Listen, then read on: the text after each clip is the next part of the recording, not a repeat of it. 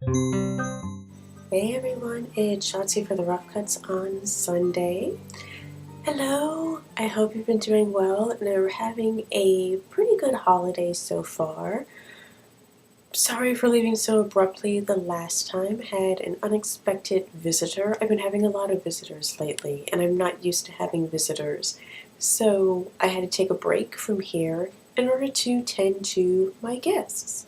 So now I have just finished driving 20 hours from Texas to Florida to visit my parents and see some of my family. So I'm bringing this to you somewhat truncated. It's the second part of Butt-numb-a-thon 14, the lucky number. Last time I stopped when talking about the film Mama, which is a horror film PG-13. So you can take your kids to see this. And like I was saying before, there aren't enough movies that come out where you just scare the crap out of your kids. I think Rob has talked about this on his channel before with the Dark Crystal, and we really need that because not everything is candy coated in life. And so you should expose your kids to things that'll just scare them senseless. Mama might do that. For some people, they thought it was scary. I don't really get scared by movies, and I think it's because from a very tender age I was exposed to horror films because I'm so much younger than my older siblings, so I would watch whatever they would watch. And my brother Jason, having the twisted sense of humor he has, he would make me laugh at horror films, so I don't really get scared by them. This one, it's PG-13, so it's toned down, so it isn't really, really scary, although I can see how it would really freak out a little kid. And yeah, it was entertaining. There are certain scenes of it that are really crisp and really well done, but as for the Mama herself, I think they should have left her in the shadows. I think it kind of takes away from the essence of the film, but I kind of see how they needed to do it, but I would have preferred if they just kept her hidden. So anyway, did I even talk about the premise of this the last time? I don't remember. I'm not going to go into depth for a lot of these. I might talk about them later on in coming weeks, but I'll talk a bit about Mama. So the premise is you have these two girls, their father kills their mother, and then he basically takes them away. And this presence kills the dad and takes care of this very young girl and her baby sister. And so years later, they're found by their uncle, and that's when they have to deal with Mama, who is taking care of the kids. So it's kind of freaky, and it's a story about love, loyalty, and just really, really sticking through things through thick and thin, and perseverance. But it's a good movie. And I think the end of it is pretty satisfying.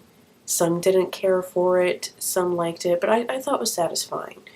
So you don't really need to see this in the theater.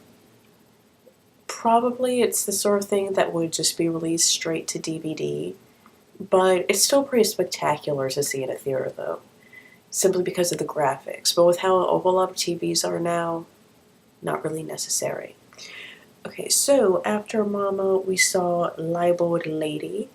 This is not really a romantic comedy. I guess it kind of is, but I loved it. And it's starring Jean Harlow, Myrna Loy, and William Powell. I love anything with William Powell, Myrna Loy, and Jean Harlow too. And also at the time, I believe this is when William Powell and Jean Harlow had the real life romance going on. But Libeled Lady, check it out. I'm going to talk about that in coming weeks. I've got the list right here, so I keep looking down on. Then we had a secret screening. We called it Brain Damage. I'm not sure if we can talk about the actual movie yet, but there is nothing that you have seen like it. It's absolutely amazing. You need to watch. It's a special movie. It's a very, very special movie. Definitely something that you'd want to watch with like a group of friends. And this may be one of the cult films of the future because the guy is dedicated. Everyone in this, they're like the same level of dedication to this movie. So I'm not sure if it's one of the worst movies I've ever seen. Like so bad that it's good. So I don't know if it's a bad movie or if the guy is an absolute genius. And I'm not sure which one. It's one of those. So when I can talk about this, I will. Because it's definitely something that everyone should see. And the director wants people to see it, but it's funny. It's funny right now. Okay, then we saw like an extended clip of Evil Dead. Looks like it's going to be really, really gory. Not funny in any way. I don't even think like ironically funny. It looked straight up horror, gore fest, not Adam safe by any means. Then we watched Nightmare Alley. This is starring Tyrone Power, who I love. Love him. I love him. He's just a beautiful man. And in this you can see all stages of his beauty. From when he, just young and gorgeous, which is where he was in this, and then kind of oddly similar towards the end of his life. Just how they made up the makeup in this. I'm going to talk about this movie too in upcoming weeks. But it's a really, really good movie. You don't get to see this one on cable that much anymore, especially since American Movie Classics changed their entire format and they don't show that many older films. But definitely a really good one. Love Tyrone Power in this. Nightmare Alley. Then we watched the ultimate classic, White Heat, James Cagney, who's phenomenal. Phenomenal. This is an iconic movie. One of his great performances. You also have Virginia Mayo in this, Steve Cochran as well. Just a great, great cast. So, White Heat, I'm going to talk about that in the future as well. Okay, Rollerball.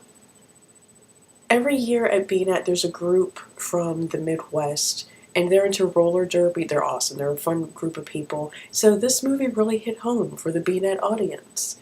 Rollerball is starring James Caan. Some people hated this.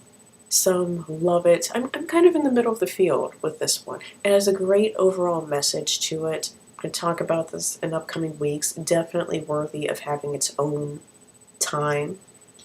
Okay, then we watch, a whole lot of trailers in this.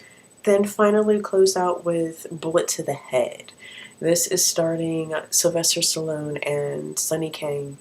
Was it Sonny Kang? I think it was Sonny Kang.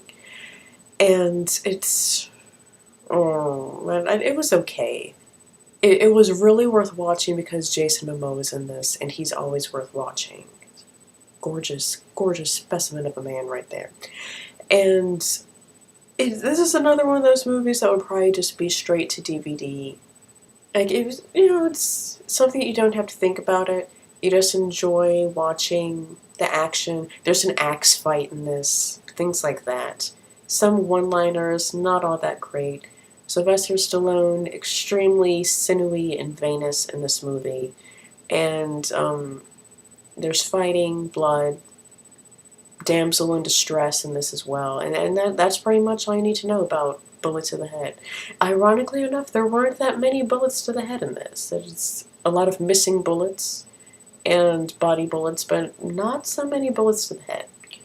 So that is part 2 of the Butt-numb-a-thon recap. I will see you all next time, so I hope you have a great Christmas if you celebrate Christmas. If you don't, I hope you still have a great Christmas day. I hope you have a great 25th of December and the rest of the week. Don't want to neglect the rest of the week. So I will see you all next time, and I will talk about the other films that were featured at Butt-numb-a-thon 14 more in depth in the upcoming weeks. So I will see you then. Goodbye.